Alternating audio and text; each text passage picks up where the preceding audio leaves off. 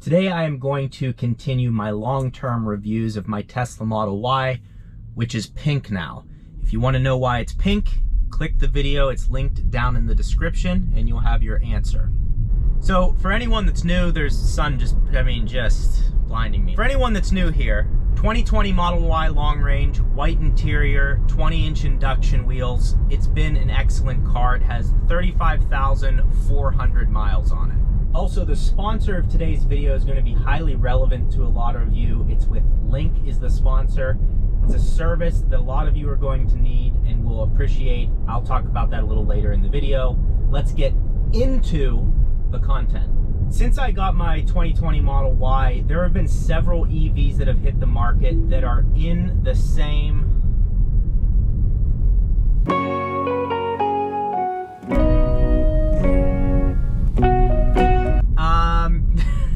distracting.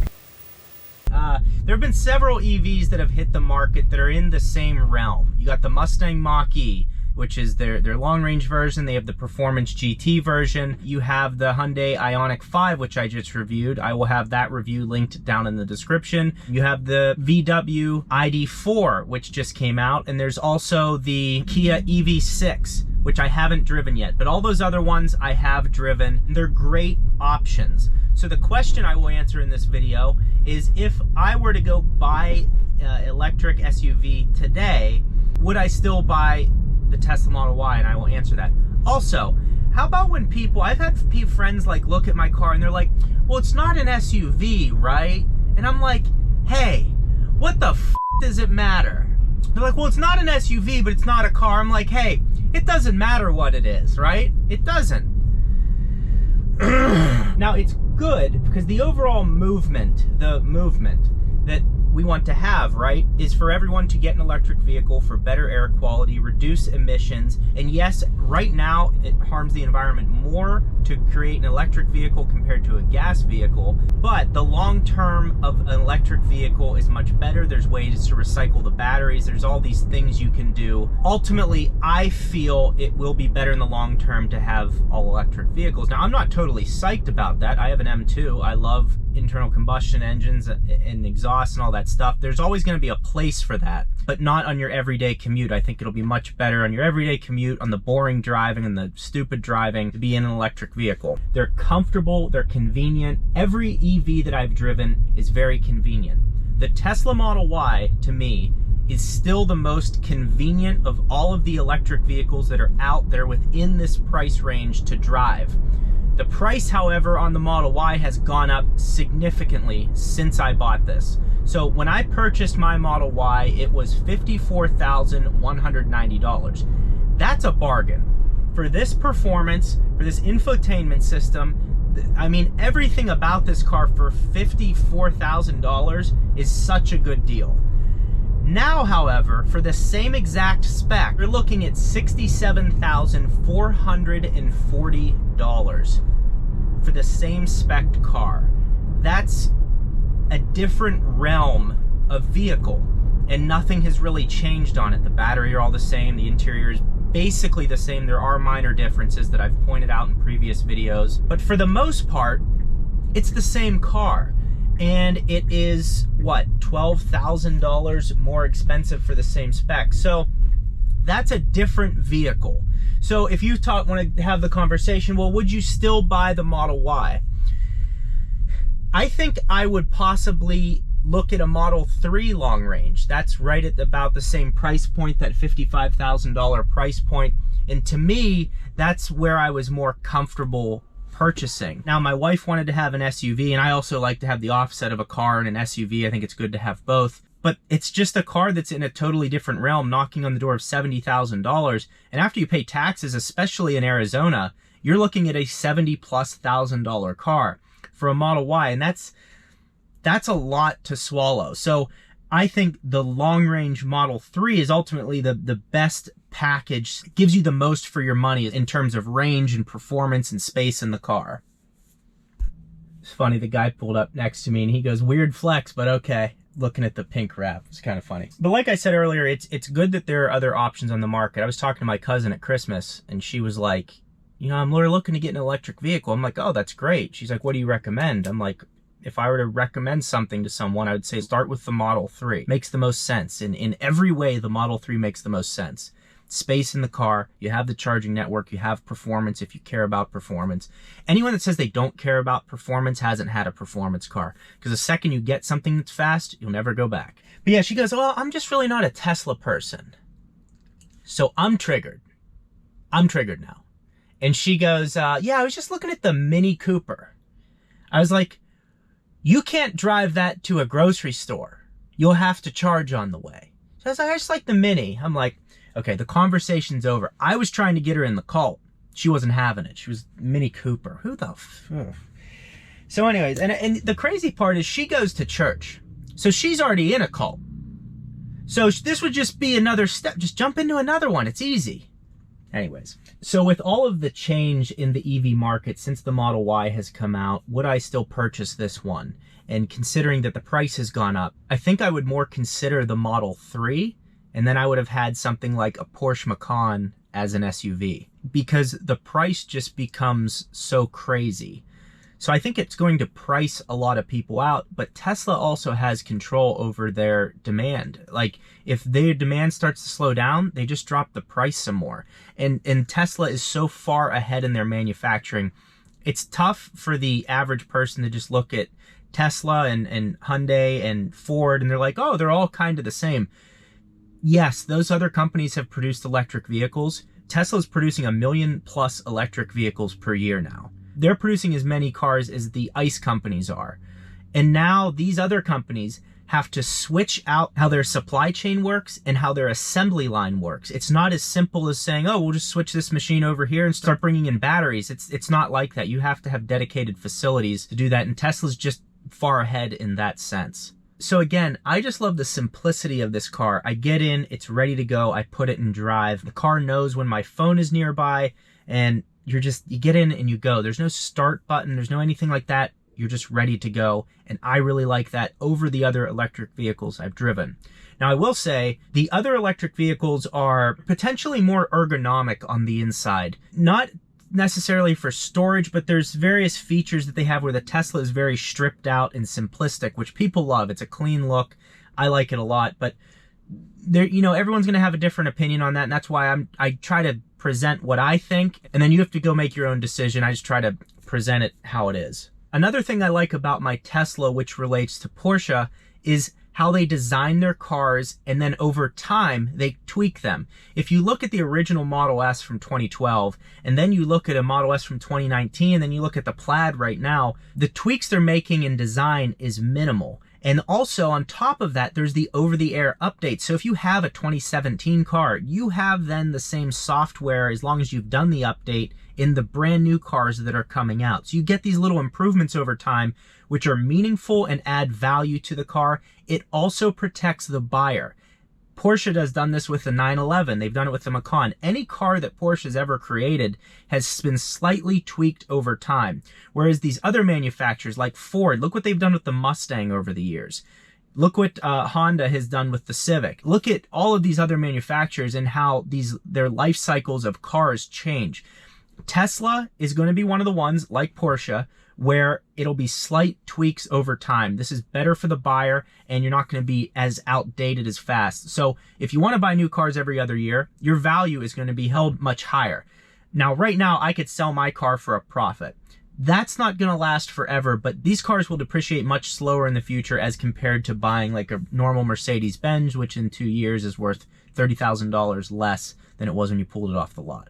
And this brings me into the sponsor of this video, which is Link. Link is an online service which curates new and used EVs from all over the world, every manufacturer, and they base it on your needs. So you go on their website, you fill out a little questionnaire, you submit that to them, and then from that questionnaire, from your needs, from your wants, they curate a list of cars, new or used, whichever you decide, fitting into your budget and performance, whatever, and they present this list to you to help make your shopping experience better.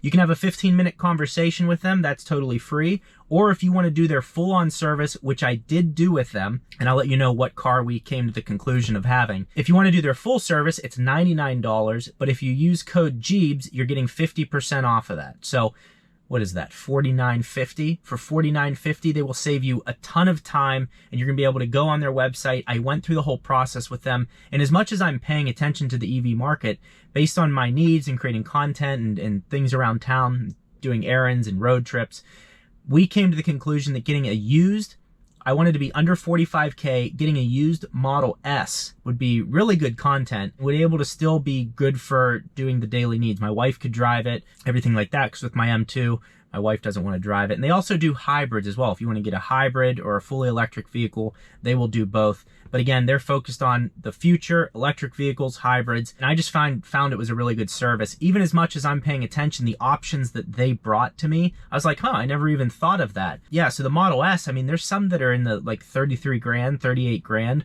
So well under my budget, checks all the boxes, and I think it could be some really good content for the future.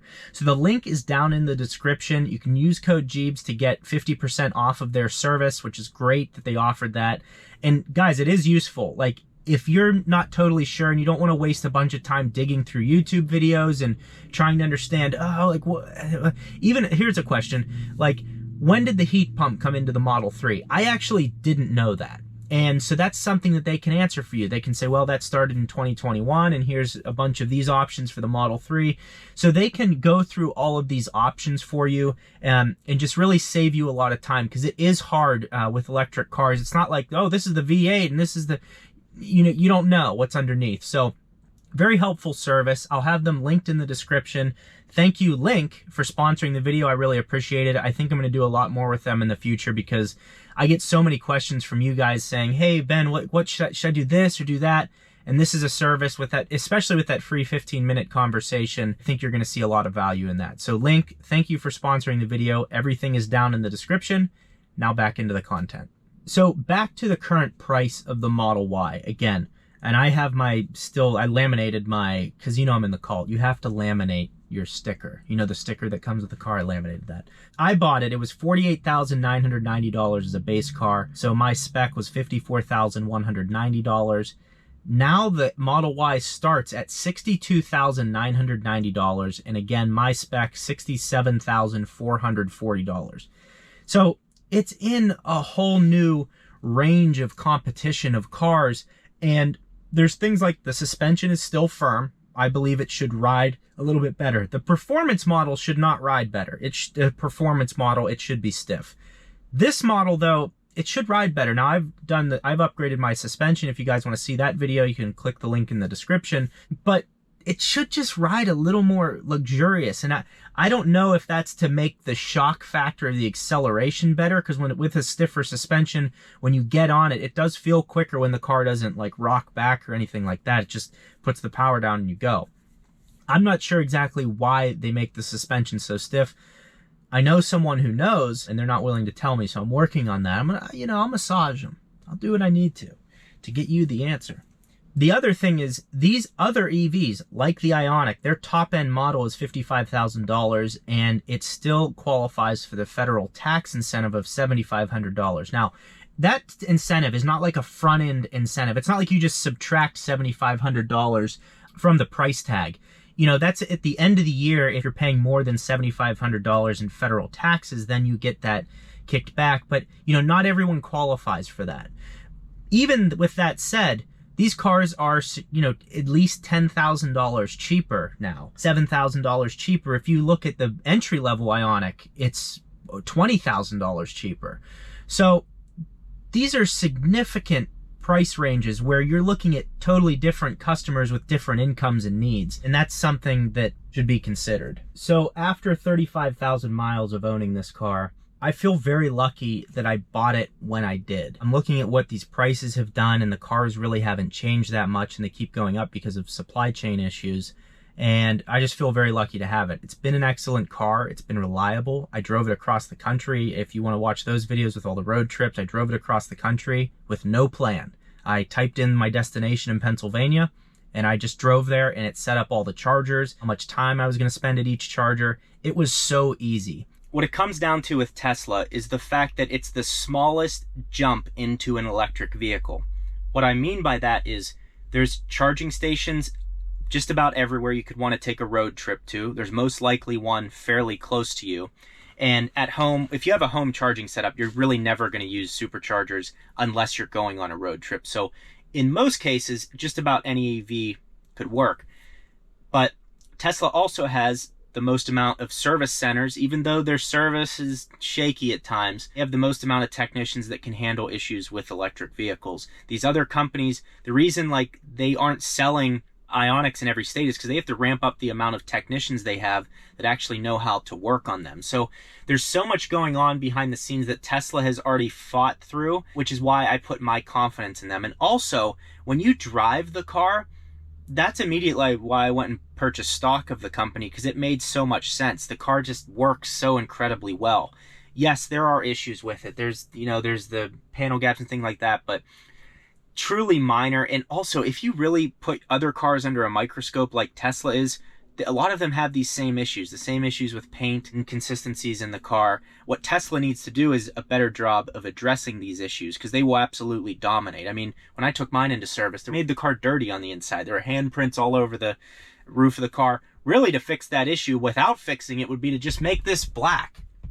Then you can make it as dirty as you want, and no one will complain because they won't know. It's like, that's the American way. Cover up your issues. If you have a problem, take a pill. You know? So yeah, the answer that I have for you is the price has risen significantly.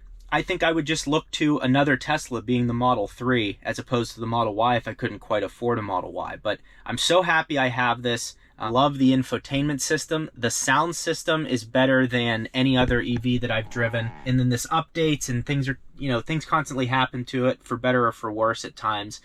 But it's just such a fun car. Like, it's fun to drive. There's over-the-air updates. It's been reliable for me. And the other day, I went to the gas station. I went to Costco, and I paid $54 for 11.5 gallons of gas. This costs $6 per night for me to charge it at home.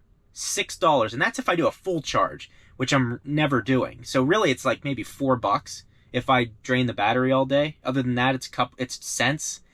So in a time like this, when the gas prices are so high, this just makes a lot of sense. Now, I'm not saying you should have both cars as an electric vehicle. I think one gas and one electric is a really good mix right now, but that's up to you. So I hope this video is helpful to you. Let me know what comments you have down in the description, and then please subscribe to the channel and giveaways. I have a lot of exciting stuff coming up for the car. I'm preparing this car to take it to the track, and we're also going to do a rally in Arizona. I'm going to go up to Jerome. We're going to have lunch, and then come back on one of the best roads in Arizona. So, and that's open to everyone. I know I'm in the Tesla cult, but that's open to everyone. You can drive your mom's minivan if you want. I don't care. I just want everyone to have a good time, and we'll go from there. So thank you for watching. Like the video if you haven't already. I sincerely appreciate that. We just hit 50,000 subscribers, and thank you very much. I'm very appreciative of that. I do this as a living full-time, so having your support with my sponsors that I go with, again, link down in the description below. Having your support with the sponsors and everything I do is really awesome. Community has been great. So thank you guys for watching, for putting up with the humor, for liking the videos, and to those of you who show up every week, like the videos, and watch them right away, I sincerely appreciate it. I know who you are. Thank you, and I know where you live. Goodbye.